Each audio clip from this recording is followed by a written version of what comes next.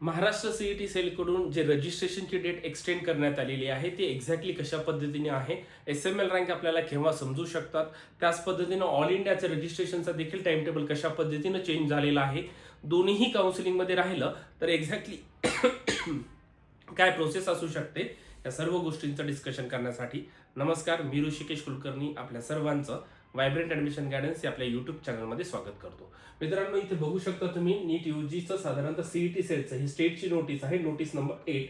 याच्यामध्ये काय सांगितलेलं आहे, in view of the extension granted by the medical MCCचं एक्सटेन्शन झाल्यामुळे all India quota council the state CET cell has decide to extend the registration period and revise the CAP admission process असं त्यांनी सांगितलं, त्याच्यामुळे वाढवलेलं. आता बघा ही कशा पद्धतीनं आहे, ऑनलाईन रजिस्ट्रेशन अँड सेशन आपल्या किती तारखेपर्यंत, 15 तारखेच्या 8 वाजेपर्यंत आपल्याला रजिस्ट्रेशन करता येतं. ठीक आहे, हे MBBS BDS साठीचे बरं का. त्यानंतर पेमेंट किती केव्हा आहे, 15 तारखेच्या 10 वाजेपर्यंत पेमेंट आहे. पुन्हा डॉक्युमेंट अपलोड करण्यासाठी सेम 15 तारखेच्या रात्री 12 वाजेपर्यंत करता येणार आहे. पुन्हा डॉक्युमेंट व्हेरिफिकेशन थ्रू ऑनलाईन मोड. आता इथं ह्याच्यामध्ये ह्या टाइम टेबलमध्ये कुठेही त्यांनी फिजिकल असा उल्लेख केलेला नाही, कारण लास्टच्या टाइम टेबलमध्ये फिजिकल डॉक्युमेंट व्हेरिफिकेशन सांगितलं होतं. परंतु आम्ही पण जेव्हा सीईटी सेलला कॉन्टॅक्ट केला त्यावेळेस त्यांचं असं होतं की मीटिंग चालू आहे, त्याबद्दलचं प्रोव्हिजन सुरू आहे, परंतु फिजिकल होणं शक्य नाही. त्यामुळे डॉक्युमेंट ऑनलाईन अपलोड करा, ते ऑनलाईन व्हेरीफाय देखील होत आहे डॉक्युमेंट ऑनलाईन. ठीक आहे, तर याच्यामध्ये बघा पुन्हा रजिस्टर कॅन्डिडेटचं प्रोव्हिजनल मेरिट लिस्ट ज्याला SML रँक म्हणतो ते 18 तारखेला येणार आहे.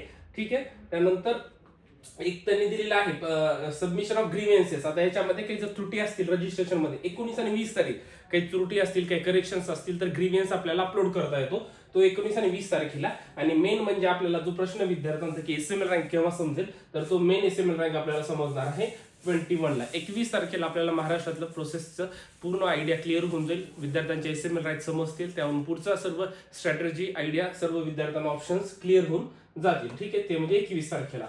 आणि साधारणतः सीट मॅट्रिक्स पण 21 तारखेला येणार. आणि चॉईस फिलिंग करायचे आहे कॉलेजचे ऑप्शन्स 22 तारखेपासून 24 तारखेपर्यंत. आणि रिझल्ट लागणार आहे 25 तारखेला. ऍडमिशन आहे 26 तारखेपासून 30 तारखेपर्यंत. असा हा MBBS BDS चा रिवाइज टाइम टेबल आहे. आता बघा, जे विद्यार्थी दोन्ही काउन्सिलिंग मध्ये पार्टिसिपेट आहेत ऑल इंडिया, तर त्यांचं सुद्धा रजिस्ट्रेशन वाढवलेलं आहे. तर 15 तारखेच्या उद्या 15 तारखेच्या साधारणतः 2 वाजेपर्यंत रजिस्ट्रेशन करता येतं. पेमेंट साधारणतः 15 तारखेच्या 5 वाजेपर्यंत पेमेंट करता येतं. ठीक आहे, म्हणजे ऑल इंडियाला तुम्ही एमझिप मध्ये FMC किंवा डीमला अप्लाय करणार असेल तर त्याचं registration plus payment. Choice filling आहे 17 तारखेपर्यंत. 17 तारखेपर्यंत चॉईस फिलिंग करता येणार आहे. चॉईस लॉक इन पण 17 तारखेला संध्याकाळपर्यंत असणार आहे. रिझल्ट लागणार आहे 19 तारखेला. ऍडमिशन घ्यायचं आहे 20 ते 25. आणि स्टेटचं कसं आहे मित्रांनो, तर 25 तारखेला स्टेटचा रिझल्ट आहे. आणि ते तुम्हाला केव्हा समजणार आहे, 19 तारखेला तुम्हाला समजेल की ऑल इंडिया तुम्हाला सीट लागली का नाही. आणि ऍडमिशन घ्यायला 20 ते 25 वेळ आहे. आणि स्टेट मध्ये काय 25 तारखेला रिझल्ट लागणार आहे. आणि ऍडमिशनला 26 तारखेपासून 30 तारखेपर्यंत वेळ दिलेला आहे. मग जर तुम्हाला ऑल इंडियाला सीट अलाउड झाली तरी तुम्ही स्टेटमध्ये पार्टिसिपेट करू शकतात का, तर येस, तुम्ही स्टेटमध्ये देखील पार्टिसिपेट करू शकता. आणि स्टेटमध्ये जर सीट मिळाली तुम्हाला तर हे ऑल इंडियाचं तुम्हाला सीट कॅन्सल करता येत असते. ठीक आहे, जे दोन्ही काउन्सिलिंग मध्ये पार्टिसिपेट आहेत ज्यांना वाटत आहे की ऑल इंडियामध्ये मला सीट मिळाली तर स्टेटमध्ये पार्टिसिपेट होता येतं का, तर होता येतं. आणि स्टेटमध्ये सीट मिळाली तर ते घेता येईल का, येस. तुम्हाला 26 ते 30 मध्ये सीट मिळाली तर तुम्हाला इकडचं कॅन्सल करता येतं आणि इकडे जाऊन स्टेटमध्ये देखील ऍडमिशन घेता येतं. अशा पद्धतीने ही प्रोसेस आहे. तर हे विद्यार्थ्यांना माहित असणं गरजेचं आहे. असेच महत्त्वाचे अपडेट्स आम्ही तुमच्यासमोर घेऊन येणार आहेत. नव्यानं चॅनल पाहत असाल तर आपल्या या यूट्यूब चॅनलला सबस्क्राईब केल्याशिवाय राहायचं नाहीये. Thank you so much.